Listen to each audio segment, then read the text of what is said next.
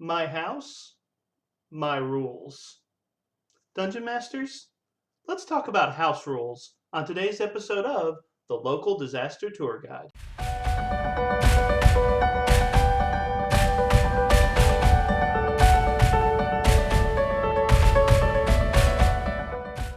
Hello, everyone, and welcome. My name is Mark, and I am the Local Disaster Tour Guide. Yes, that's right. I am a storyteller who is managing this session about as well as I am managing my hairstyle during quarantine. Welcome to my channel where we talk about role-playing games like Pathfinder and Call of Cthulhu. Today, I'm going to be talking about house rules. Now, this video is going to be specific for DMs. A lot of my videos talk to gaming groups as a whole, but today I really wanted to offer some advice specifically for Dungeon Masters. So we're going to talk about house rules. House rules are special rules that gaming groups come up with for their own tables that modify the rules of the game system that the group is actually using. We're going to talk about why house rules are a thing.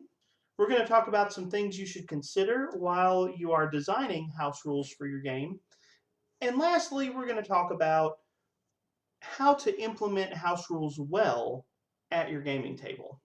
Throughout this conversation, I'm going to use one of my house rules as an example, and I'll go ahead and tell you that it's a house rule that would be considered controversial by a lot of players, and yet my group has found a lot of success with it. So I'm going to talk about the process I used to help illustrate how you can successfully implement house rules at your own gaming table. So let's talk for a minute about my house rule.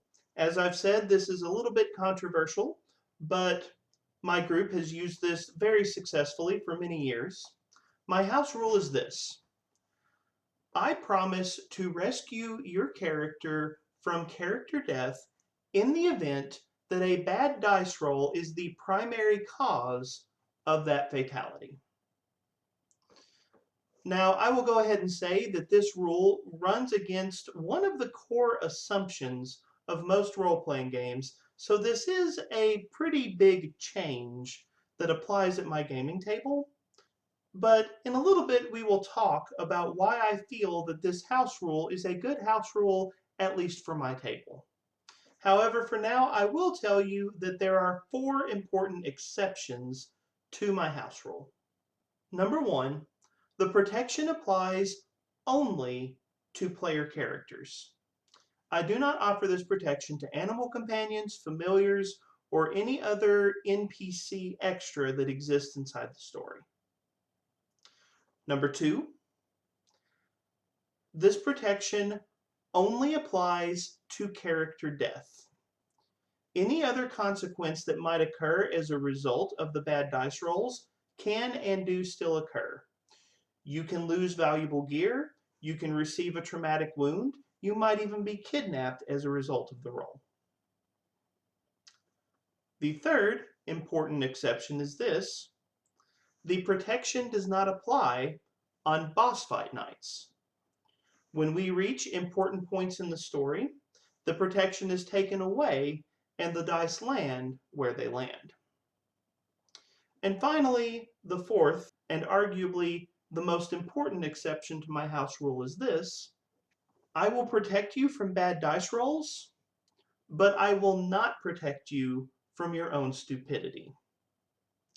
Character stupidity can be, and quite often is, fatal. So I guess I should take a moment to pause and do the YouTube pitch. I would like you to be a part of this conversation, so if you agree with my house rule, leave a comment below, and if you disagree with my house rule, leave a comment as well. Please be a part of the conversation that we're having here. If you enjoy this video, please like and subscribe, share this video, help bring more people into this conversation. Do all of the YouTube things that help increase visibility for this channel. So as I said, we're going to talk about house rules, and I'm going to go through the process of how I came to that particular house rule to help you understand how you can craft house rules for your games as well. The first question in this conversation is, why do we have house rules? Well, I think that there are a couple of reasons why house rules are such a prevalent part of the gaming community. The first thing to consider is this. There is no such thing as a perfect game. I'm sorry, I know I broke a lot of hearts out there, but it's true. There are a lot of game designers that I love. There are a lot of games that I love. But I've been playing role-playing games for 2.5 decades now, and I can tell you, I have never found a role-playing game that hit everything I wanted it to hit perfectly every single time. Every game has had some element of the rules that I've just wanted to change. And I think any serious role player understands this. It is impossible to design a perfect game, but you can take a solid game and with a few tweaks, often develop something that works very well for your gaming table.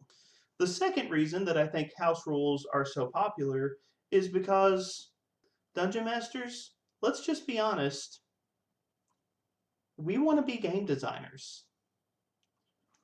We are creative people.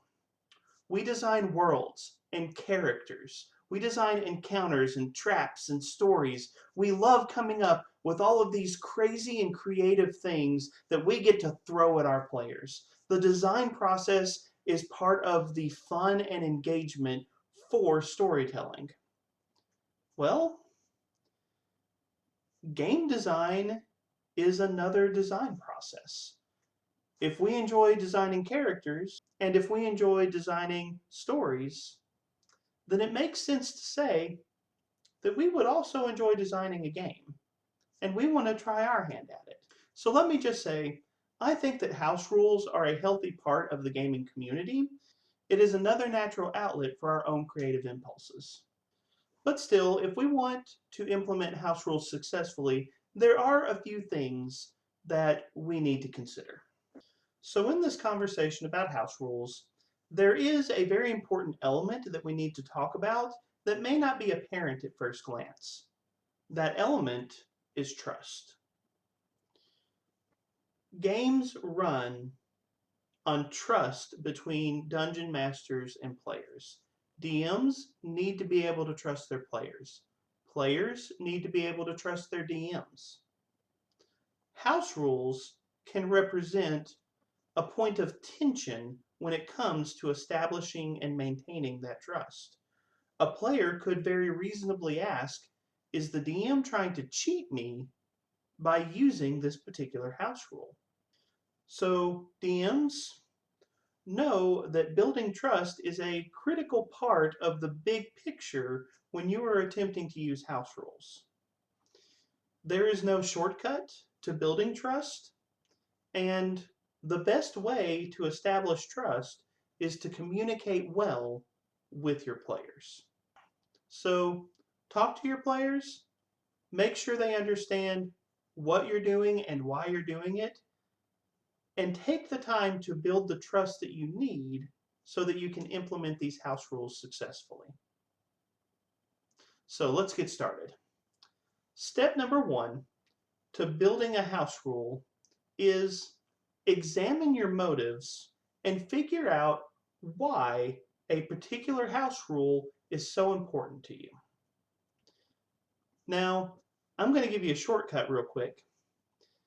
In the vast majority of cases, I believe that most storytellers implement house rules because they are attempting to push towards a very particular type of story.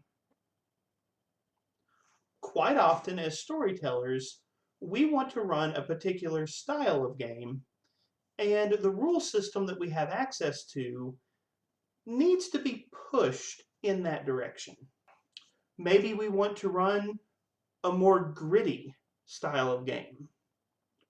Maybe we want to run a suspenseful horror style adventure. Maybe we want to run high adventure and fantasy. There are a multitude of genres out there, and quite often game systems are generic and need to be modified in one fashion or another to really get at a particular type of story.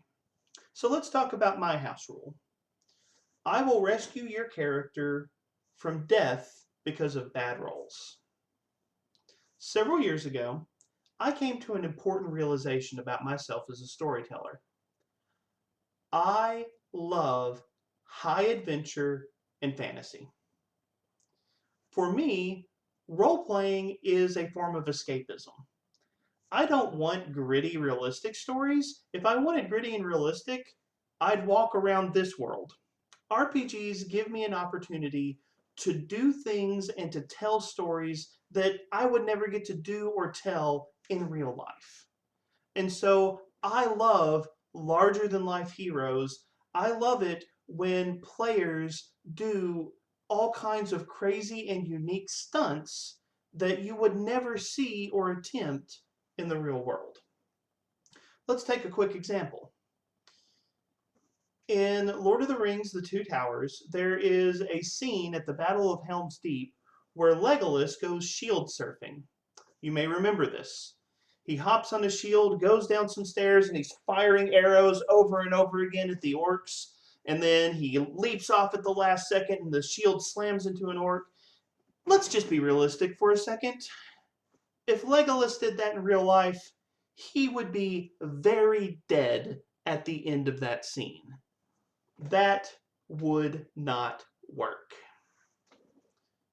And yet, it's an enjoyable scene.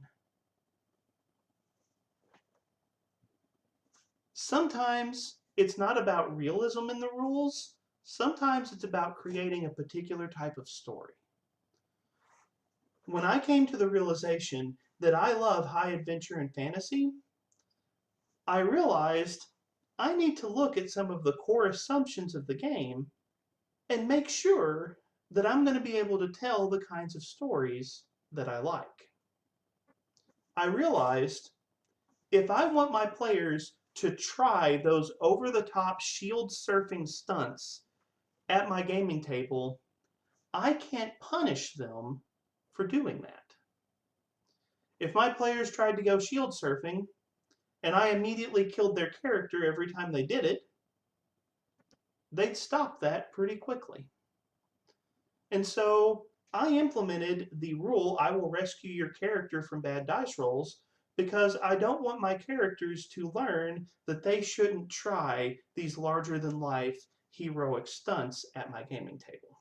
So once you understand your motivation for using a house rule, you're ready to move on to the second step in this process, which is designing your house rule with a focus on clarity. Examining your motivations is setting the target for your house rule. You're deciding where you want to go. The second step of this process is figuring out how to get there. And let me just say that the process of designing a house rule takes time. You're not going to get it right on your first try, and that's okay. You will revisit your house rules and tweak them several times in order to get them right. But one of the big things that you need to understand when you are designing a house rule is this: clarity is key to a good rule. A clear rule is effective. A vague rule will create confusion. So what you want to do is you want to make your rule as clear as possible. The heart of your rule is typically going to be very clear. It's the boundaries to your rule that often need to be defined well. Let's use my house rule for example. The heart of my rule is encouraging my players to do larger than life stunts. I want them to try crazy things and do crazy things at my gaming table. So if I'm dealing with the heart of my rule, it's really easy to know if something is appropriate or not. But it's those edge cases that I have to figure out if I want my rule to actually be impactful at my gaming table. So let's talk for a moment about my house rule and the exceptions that I have built into my house rule to show how putting boundaries on your rule help clarify what you're hoping to accomplish. The first exception to my house rule is this: the protection extends only to player characters. I will not protect any other character in the story. Not animal companions, not extras, not any NPCs. Only player characters have this particular protection at my games. Why is that? Well, years ago when I first implemented this rule, I will rescue your characters from bad dice rolls, I didn't think about extras. And it didn't take my party long to discover that I wasn't just rescuing player characters, I was rescuing animal companions too. And very quickly, my players, every single one of them wanted an animal companion, or wanted a familiar, or wanted an extra of some kind.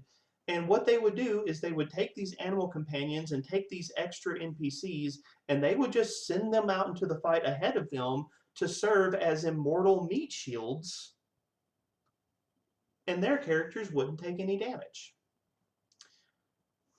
Very quickly, I came to the realization that extending protection to animal companions and NPCs in my story wasn't serving the heart of my rule. And so I had to put that exception in place. I had to say, I will protect your player character, but I will not protect any of the other extras around your player character. The dice land where they land for them. Another exception to my rule is boss fight night. I will normally rescue my characters from bad dice rolls, but on boss fight nights, I won't. If the dice go bad, tough luck, your character is gone. Here's a curious thing to note. Even though I don't protect my players on boss fight night, even though that rule is not applicable then, my players still attempt larger than life stunts during boss fight night games. Why is that?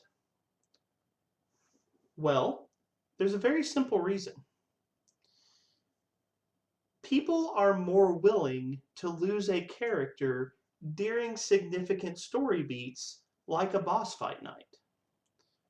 Sure, it stinks if your character dies, but if you go out trying to body slam a dragon, that's a cool story. People are a lot more willing to risk their character during those major story moments, and they're a lot more willing to do those larger than life dramatic things in those instances. As a result, there's no real reason for me to have any protection in place because my players don't need that motivation in that particular instance. Now let's talk about my last exception. I will protect you from bad dice rolls, but I will not protect you from stupidity. I hate to say it, this particular exception exists as a way to communicate to my players, don't try and take advantage of me. Unfortunately, in 2.5 decades of role-playing, I have come to the realization that there are a lot of players out there who like to see what they can get away with when it comes to their DM. They want to see exactly how far they can push you, and they want to see exactly what they can do. They have fun toying with the DM that way. Naturally, a rule like, I will protect your characters from bad dice rolls, led to some players thinking that they could get away with doing very stupid things at my gaming table. And so I had to implement the I will not save you from your own stupidity rule as a way of saying, don't try and take advantage of me as the DM. This isn't about you manipulating me at the gaming table. This is about me giving you an opportunity to tell larger than life stories. So that's 3 quick examples of the exceptions that I use for my house rule. And in all 3 cases, what I am doing is I am clarifying the boundaries of the rule, which ultimately clarify the purpose of the rule. So We determined our motivation for having a house rule, and we designed our house rule with an emphasis on clarity so that we could hit the target that we were aiming at. It's time for step number 3, which is evaluating your house rule. You want to evaluate your house rule and determine, did you hit your goal or do you need more work to get there? Now, real quick, this stage of implementing a house rule is the stage where communication with your players is the most important. If you're trying to aim towards a particular style of story, your players are going to give you the best feedback on whether or not the rules that you are using are helping or hindering that effort.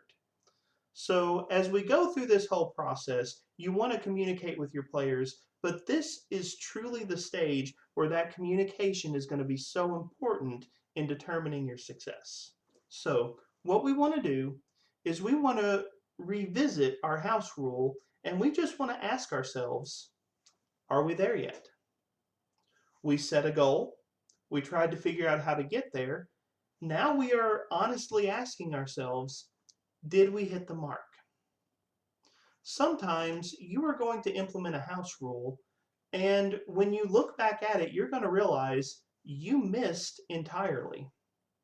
There have been house rules that I tried to implement, and after a few months, I realized this is not working. And I just had to cut the rules out of the game because honestly, they weren't doing what I wanted them to do. There are other times that you look at your house rule and you think to yourself, well, I sort of accomplished what I wanted to accomplish, but I'm still off just a little bit. My house rule that I've been discussing so far, that's actually something that I had to do. Remember, the goal of my rule is encouraging high adventure, larger than life stunts at the gaming table. The I will protect you from bad dice rolls rule, it did encourage that style of play some, but I eventually realized that it wasn't going far enough in bringing about those kinds of games. As a quick aside, what I ended up doing is I ended up borrowing a rule from the White Wolf game Exalted. In that game, they actually have a mechanic that they call Stunt Dice. It is my favorite mechanic in that entire system that is aimed at the exact same thing, encouraging larger than life stunts at the gaming table. So I figured out a way to apply Stunt Dice not just to Exalted games, but to most of the games that I actually run. My rule was working, sort of, but I realized I need a little bit more if I want to get my players where I'm trying to get them to go. So as you're implementing house rules in your game, remember to come back to those house rules and consider, have I hit my target, or do I need to adjust the rule in some way so that it will do what I want it to do? All right, let's review real quick. Today we've been talking about house rules. We've discussed why house rules exist. We've talked about how there is no perfect gaming system, that often we want to take a generic gaming system and push that system towards a particular style of play. We've also talked about how dungeon masters are creative people and game design is just another form of design that we often enjoy toying with. We've also talked about how trust is a critical element in managing house rules well at your gaming table.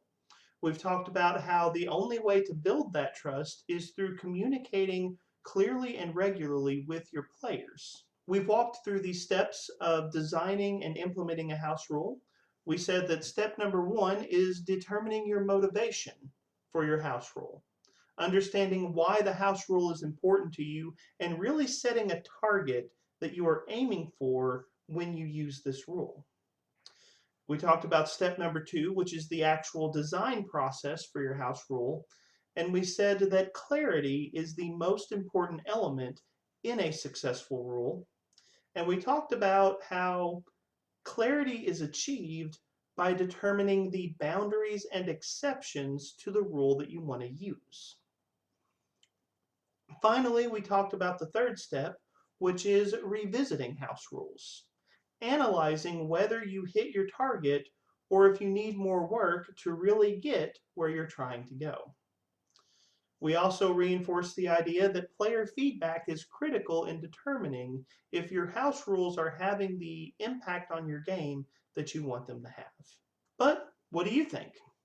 To all the dungeon masters out there, what are some tips that you have on successfully designing and implementing house rules at your gaming table?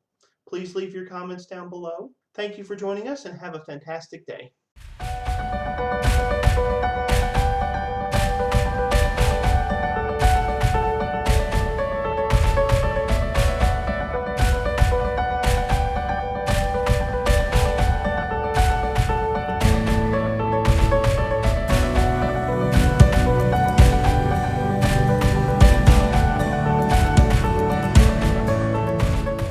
Hello everyone, Mark here. This is the post-credits volunteer shout-out. I always take a little bit of time to encourage people to get involved with volunteerism at the end of every episode.